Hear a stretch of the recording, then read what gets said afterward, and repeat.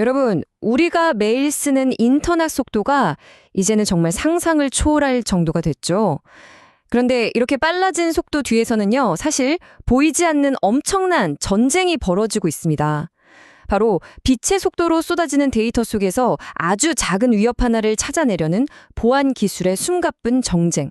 오늘 바로 그 전쟁의 최전선으로 여러분을 안내합니다. 이 숫자 한번 보세요. 100기가비트 per 세컨드. 이게 어느 정도냐면요. 초당 100억 개의 비트가 그냥 휙 스쳐 지나간다는 뜻입니다. 고화질 영화 한 편을 정말 눈 깜짝할 사이에 받을 수 있는 그런 속도죠. 자, 근데 문제는 말이죠. 이 어마어마한 데이터의 강물 속에서 악성 코드 같은 위험한 녀석들을 정확히 골라내야 한다는 겁니다. 이게 바로 오늘 우리가 풀어야 할 숙제인 겁니다. 빛의 속도로 움직이는 건초더미에서 반을 찾기. 과연 이게 가능할까요? 이 어려운 문제를 해결하기 위한 기술, 심층 패켓 검사, 즉 DPI가 이 미친 속도를 어떻게 따라잡고 있는지 그 치열한 기술 경쟁의 세계로 한번 들어가 보시죠.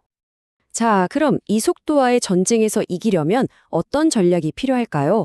우리 한번 단계별로 따라가 보죠. 먼저 100GBps라는 거대한 도전 과제가 뭔지부터 보고요.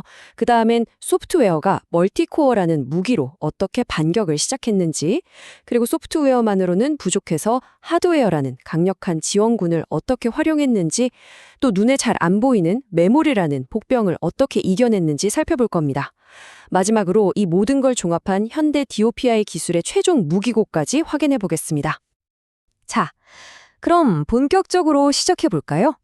속도와의 전쟁, 그 첫 번째 라운드는 바로 소프트웨어의 진화 이야기입니다. 컴퓨터의 뇌, CPU 코어는 계속 늘어나는데 소프트웨어는 과연 그 힘을 어떻게 제대로 쓰게 됐을까요?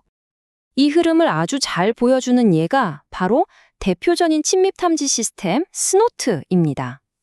옛날 버전인 스노트2는요, 한 번에 딱 한 가지 일만 할 수 있는 단일 스레드 구조였어요. 그러니까 CPU에 코어가 아무리 많아도 하나밖에 못 쓰는 심각한 병목 현상이 있었던 거죠. 그래서 스노트3는 C++로 아예 엔진을 새로 만들었습니다. 여러 작업을 동시에 착착 처리하는 멀티스레딩을 지원하도록 완전히 갈아엎은 겁니다. 이 그림을 보시면 차이가 확 느껴지실 거예요. 과거의 단일 스레드는 꽉 막힌 1차선 국도 같았어요. 일이 몰리면 그냥 속수무책이었죠. 하지만 지금의 멀티스레드는 뻥 뚫린 8차선 고속도로나 마찬가지입니다. 바로 이 변화 덕분에 우리가 쓰는 최신 프로세서의 엄청난 잠재력을 드디어 제대로 써먹을 수 있게 된 거죠. 이 경쟁에는 또 다른 아주 강력한 주자가 있습니다. 바로 수리카타인데요. 수리카타는 아예 태어날 때부터 멀티스레딩을 염두에 두고 설계됐습니다. 여러 스레드가 동시에 여러 패킷을 처리하니까 100기가비트 같은 초고속 네트워크에 정말 딱이죠. 게다가 루아라는 스크립팅 언어를 쓸 수 있는데 이건 뭐랄까, 보안 분석가한테 거의 만능 맥가이버 칼을 쥐어주는 거나 마찬가지예요. 이걸로 훨씬 더 복잡하고 까다로운 위협까지 잡아낼 수 있게 됩니다. 반면에 지크는 좀 다른 길을 걷습니다. 공격을 실시간으로 막는 것보다는 네트워크 보안 모니터링에 더 집중하거든요. 네트워크에서 일어나는 모든 활동에 대해 아주 상세하고 체계적인 로그를 남겨요. 마치 네트워크의 모든 통행 기록을 담은 블랙박스 같다고 할까요? 그래서 나중에 무슨 일이 있었는지 깊이 있게 분석하는데 아주 강력한 힘을 발휘합니다. 스노트나 수리카타랑 같이 쓰면 효과가 배가 되겠죠. 자, 그런데 이렇게 소프트웨어가 똑똑해졌지만 이것만으로는 100GBps라는 거대한 벽을 넘기엔 점점 힘에 부치기 시작했습니다. 그래서 다음 단계로 넘어갈 수밖에 없었죠. 바로 강력한 지원군, 하드웨어를 호출하는 겁니다. 여기서 진짜 게임 체인저가 등장합니다.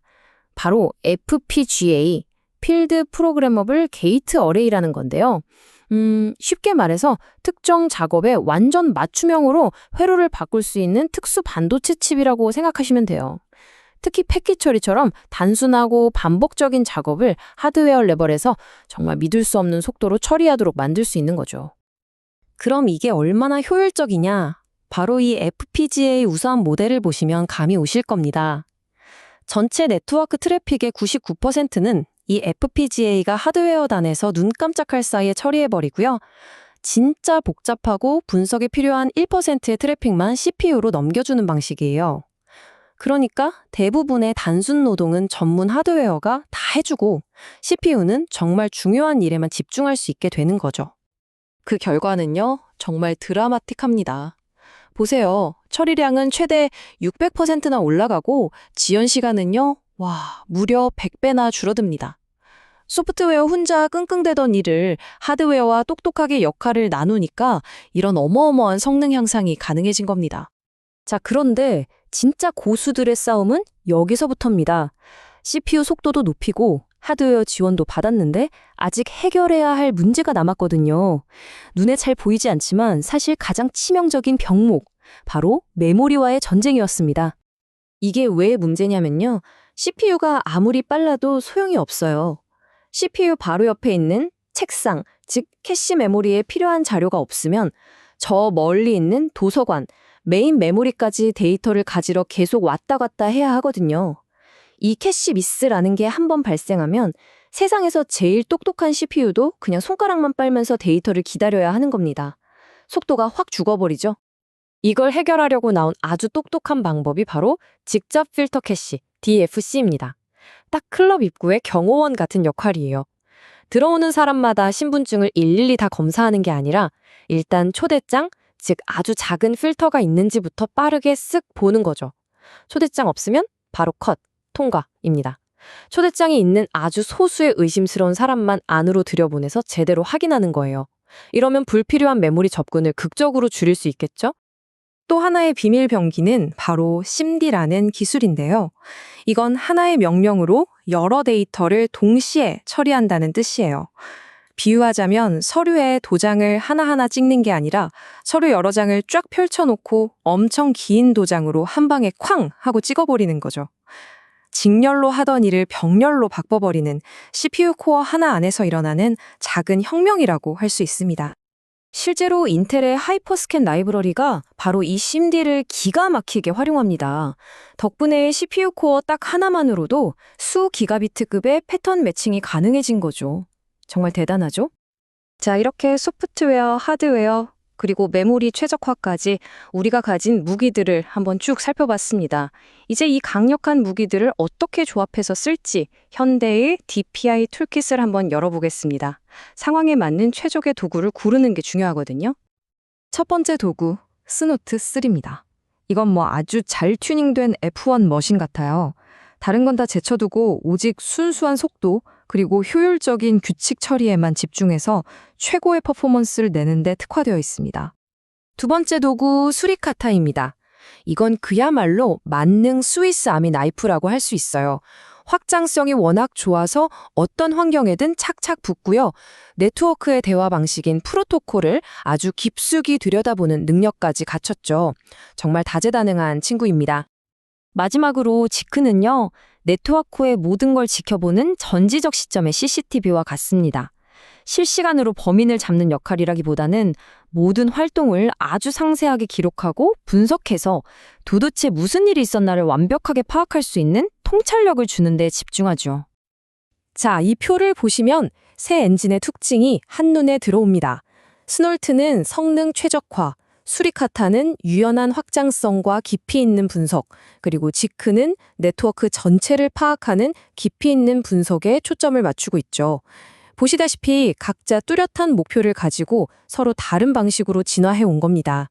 상황에 맞게 골라 쓰는 각기 다른 무기들인 셈입니다. 자, 그럼 오늘 이야기의 핵심만 다시 한번 짚어볼까요? 첫째, 소프트웨어는 혼자 일하던 방식에서 벗어나 여러 코어를 함께 쓰는 멀티스레드로 진화했고요. 둘째, FPGA 같은 하드웨어가 나타나서 일의 99%를 대신 처리해주면서 성능이 폭발적으로 증가했습니다. 셋째, CPU 속도만큼이나 메모리에 얼마나 빨리 접근하느냐가 정말 중요하다는 거. 그리고 마지막으로 이제 100기가비트급 보안에서는 하드웨어 가속이 더 이상 있으면 좋은 것이 아니라 반드시 있어야 하는 필수가 됐다는 점 꼭 기억해 주세요. 그런데 말이죠. 기술의 발전은 절대 멈추지 않습니다.